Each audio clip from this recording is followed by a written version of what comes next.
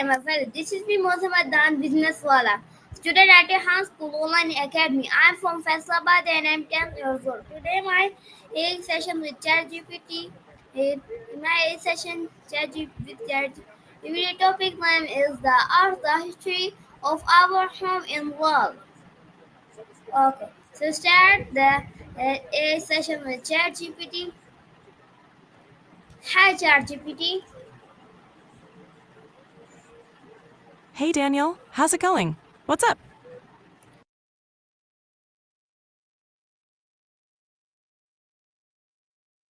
Got it. What would you like to talk about today?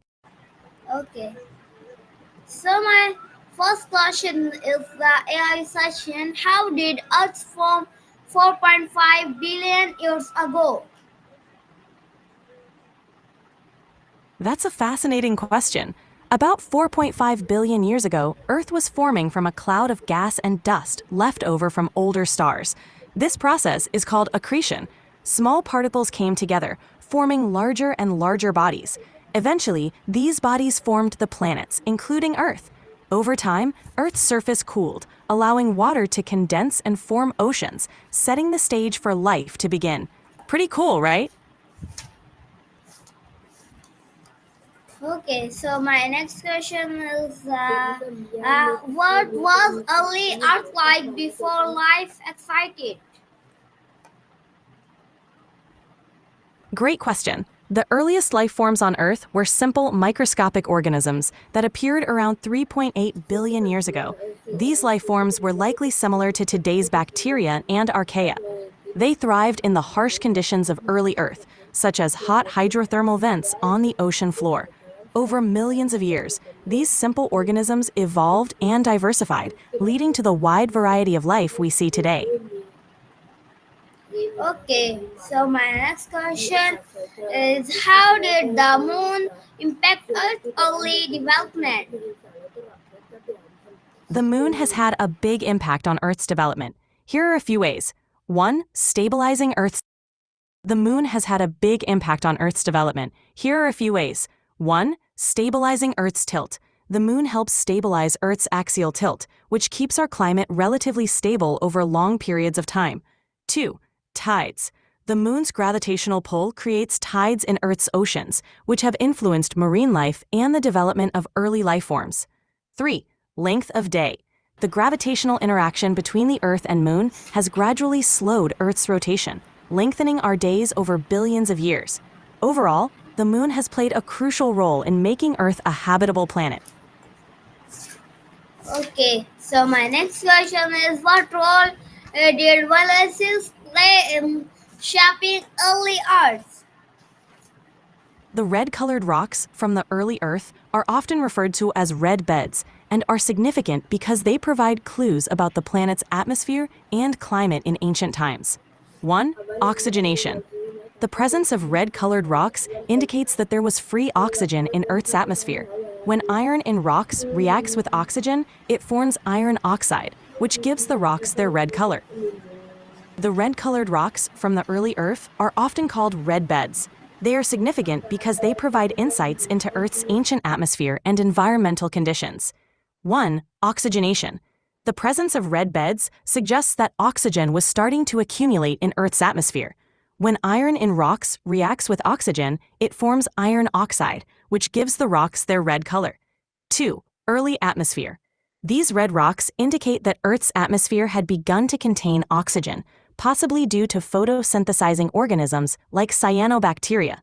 Overall, red beds provide valuable evidence of how Earth's atmosphere and life evolved over time.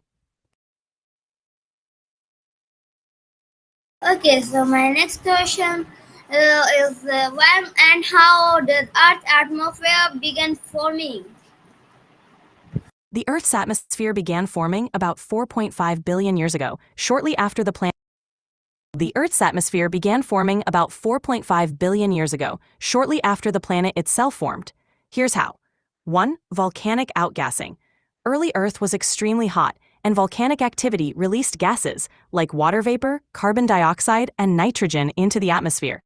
2. Cooling and condensation. As the planet cooled, water vapor in the atmosphere condensed to form oceans, and the atmosphere's composition started to change. 3. Formation of a stable atmosphere. Over time, the atmosphere became more stable and included nitrogen, carbon dioxide, and trace amounts of oxygen. The development of photosynthetic organisms later added more oxygen to the atmosphere. So, Earth's atmosphere gradually formed through volcanic activity and the influence of life over billions of years. Okay, so my next question uh,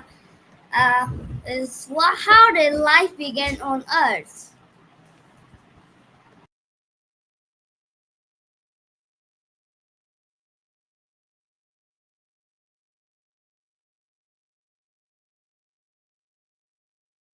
Life on Earth began around 3.8 billion years ago, and here's how scientists think it happened. 1. Simple molecules. Life likely started from simple organic molecules, which formed in the Earth's early environment, possibly in the oceans or around hydrothermal vents. 2. Chemical reactions. These molecules underwent chemical reactions, leading to more complex compounds like amino acids and nucleotides, the building blocks of life. 3. First living cells. Eventually, these complex molecules came together to form the first simple cells, capable of replication and metabolism. 4. Evolution. Over billions of years, these early life forms evolved, leading to the diverse and complex life we see today. So, life on Earth began with simple molecules that evolved over time into living organisms. Okay, so my next question is what were the first living organizations on Earth? The first living organisms on Earth were simple, single-celled microorganisms. Here's what we know about them. 1. Prokaryotes. The earliest life forms were likely prokaryotes. The first living organisms on Earth were simple, single-celled microorganisms called prokaryotes. These cells didn't have a nucleus or other membrane-bound organelles. They were likely similar to modern bacteria and archaea. These tiny organisms thrived in Earth's early environments, such as hydrothermal vents and warm ponds.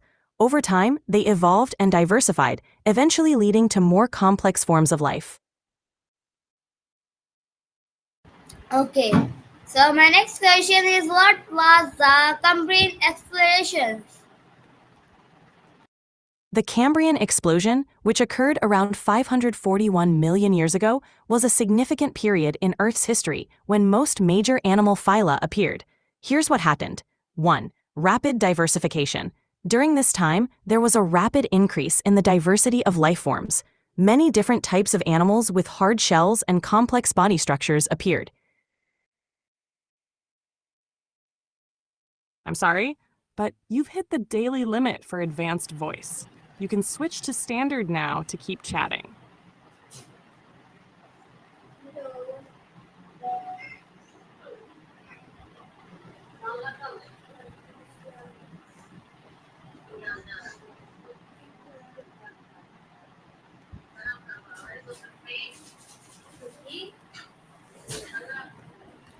Okay.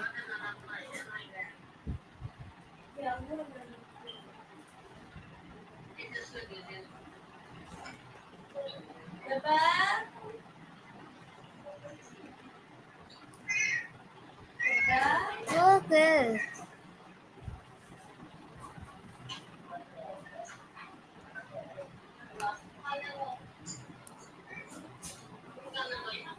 Okay, so my next question is LGBT is how did plants and animals first move out land? The first plants and animals that moved onto land did so over millions of years, adapting to new environments. Plants like mosses and ferns were the first to emerge. They evolved from aquatic plants and developed stems and leaves to support them on land. As for animals, the first vertebrates to make the leap were likely amphibians, which evolved from fish. They developed features such as lungs for breathing air, stronger limbs to support their weight, and skin that could resist drying out. This transition happened around 360 million years ago, during the Devonian period. The process was gradual, with organisms making adaptations to survive in drier, oxygen-rich environments.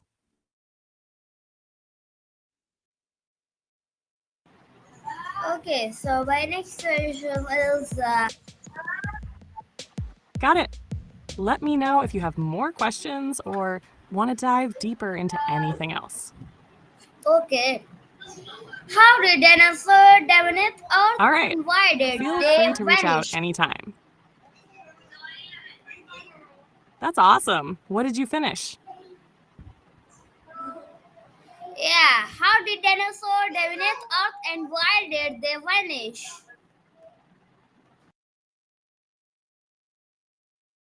The dinosaurs evolved over millions of years, adapting to various environments, but their disappearance, about 66 million years ago, is linked to a massive event, likely a giant asteroid impact near what's now the Yucatan Peninsula in Mexico. This impact caused a huge environmental disruption, leading to dramatic climate changes. The skies were filled with dust, blocking sunlight, cooling the earth, and disrupting food chains. Additionally, volcanic activity and changing sea levels likely contributed to the stress on ecosystems. These combined factors led to what's known as the Cretaceous Paleogene (KPG) extinction event, wiping out around 75% of life on Earth, including the non-avian dinosaurs.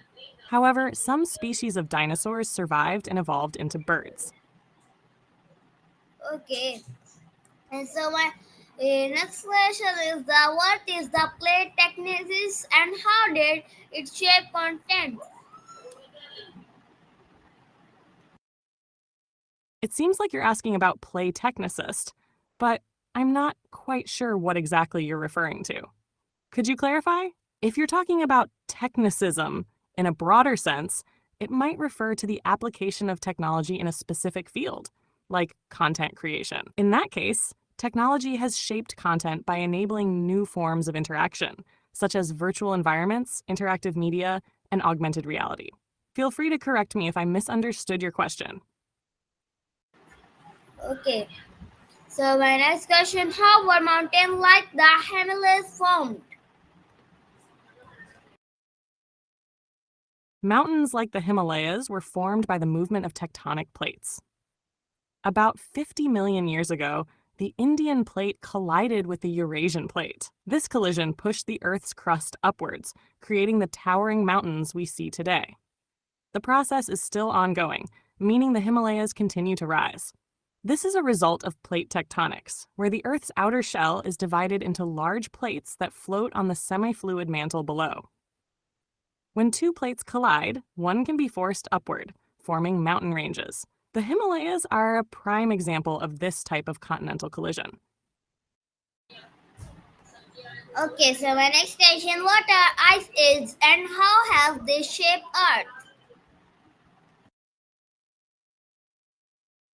An ice age is a period in Earth's history when global temperatures were much cooler and large parts of the planet were covered by ice sheets and glaciers.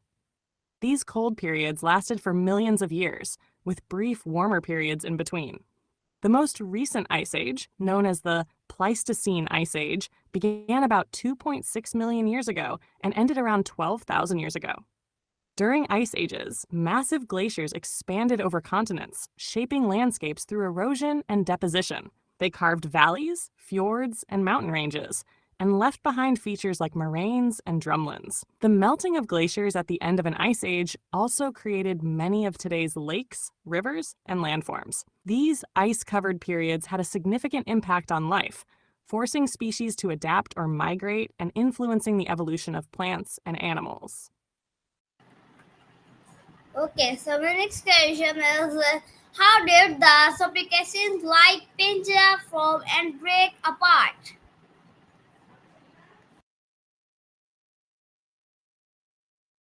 And it sounds like you're asking about the formation and breakup of supercontinents like Pangaea. Supercontinents form when Earth's tectonic plates move together, bringing land masses closer. This process occurs over hundreds of millions of years. Pangaea was the most famous supercontinent, existing around 335 to 175 million years ago. It formed when Earth's continents slowly drifted together due to the movement of tectonic plates. Over time, Pangaea began to break apart because of the forces in the Earth's mantle that push and pull the plates. This process is called continental drift. The breakup of Pangaea led to the formation of the continents we know today, like North America, Africa, and Eurasia. The breakup of supercontinents happens in stages, with huge rifts forming between land masses and ocean basins spreading between them. This process continues today as the continents are still drifting. For example, the Atlantic Ocean is slowly getting wider as the Americas move away from Europe and Africa. Okay, so my next question is that how do ocean and desert involve our time?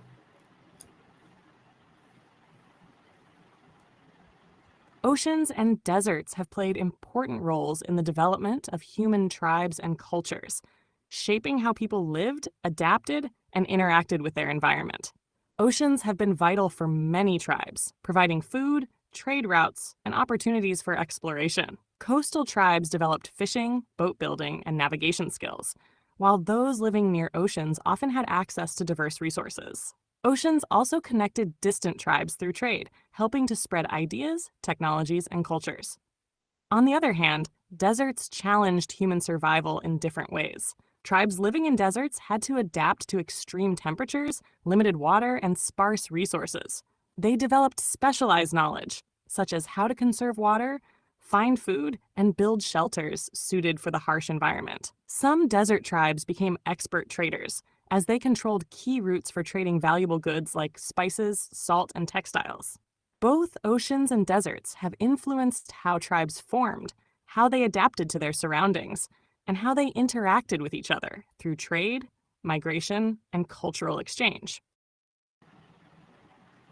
Okay, so my next question, when did human first appear on Earth?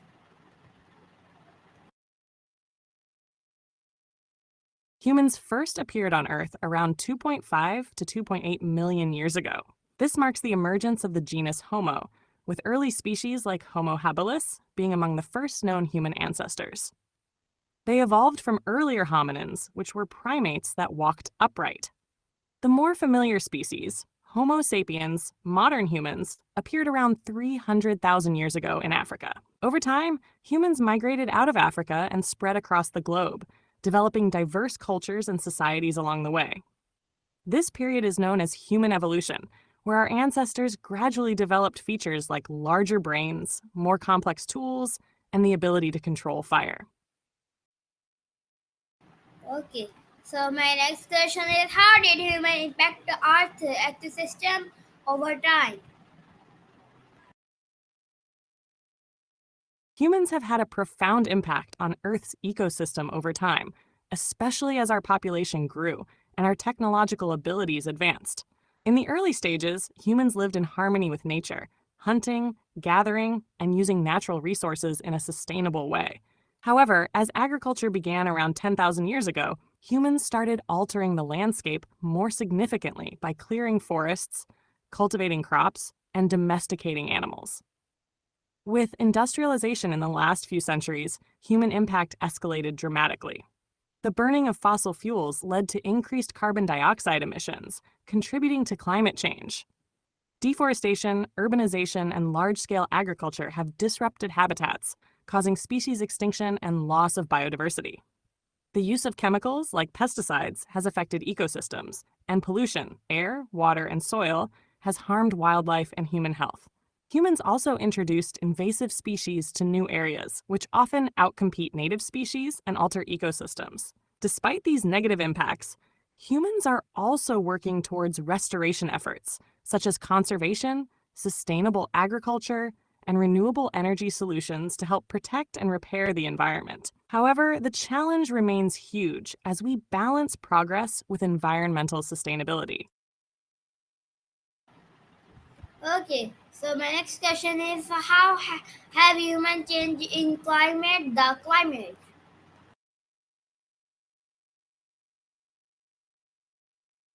Maintaining or addressing climate change is a huge challenge that requires action on multiple levels. And it's not something that I personally do, but humans around the world are working on various strategies to mitigate climate change and maintain a stable climate. Here's how efforts have been made. 1. Reducing greenhouse gas emissions. This is the primary goal. Humans are working to cut down emissions from burning fossil fuels, coal, oil, gas, by shifting to renewable energy sources like wind, solar, and hydroelectric power. The idea is to reduce the gases like carbon dioxide that trap heat in the atmosphere. 2. Deforestation prevention. Forests act as carbon sinks, absorbing carbon dioxide. Efforts to prevent deforestation and replant trees help absorb carbon from the atmosphere, improving the climate. 3. Sustainable agriculture. Agricultural practices are being adjusted to reduce their environmental impact. This includes reducing the use of chemical fertilizers, practicing no-till farming, and using crops that are better suited to local conditions. 4. Energy efficiency. Improvements in technology have led to more energy-efficient appliances, buildings, and vehicles, which reduce the overall demand for energy and, in turn, reduce emissions. 5. Climate agreements. On a global level, there have been major agreements like the Paris Agreement, where nations have committed to reducing emissions and working toward climate goals to keep global temperature rise below 2 degrees Celsius. While we've made some progress, the climate crisis still requires urgent and continued efforts from governments, organizations, and individuals to help maintain a stable and healthy climate for future generations. Okay, so my next question is what will Earth look at handle like million years from now? Example of 6.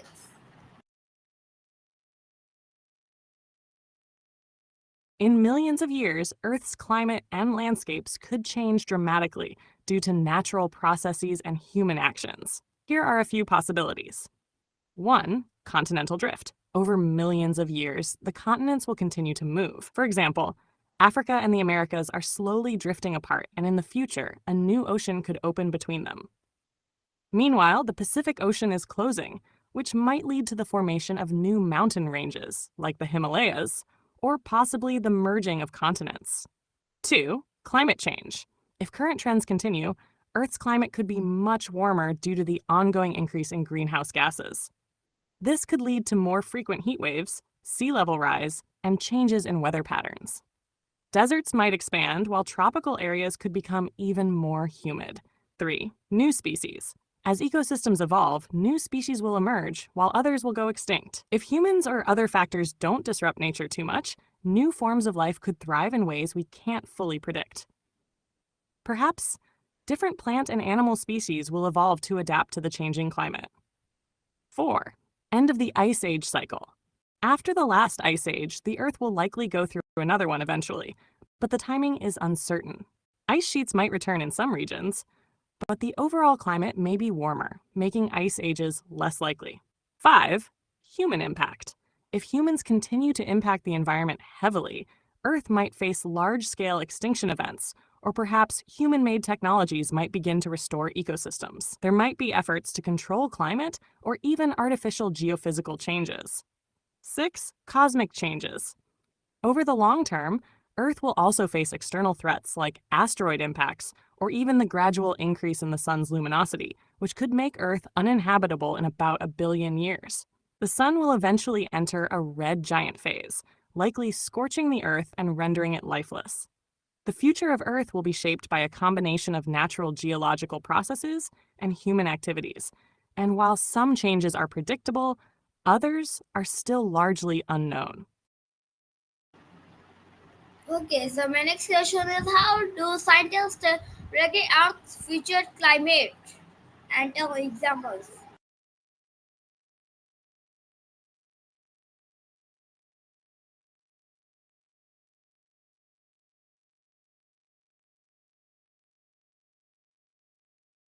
Sorry, I'm having issues right now. Our systems are experiencing heavy load. Please try again later. Okay, so my next question is how do scientists predict our future climate?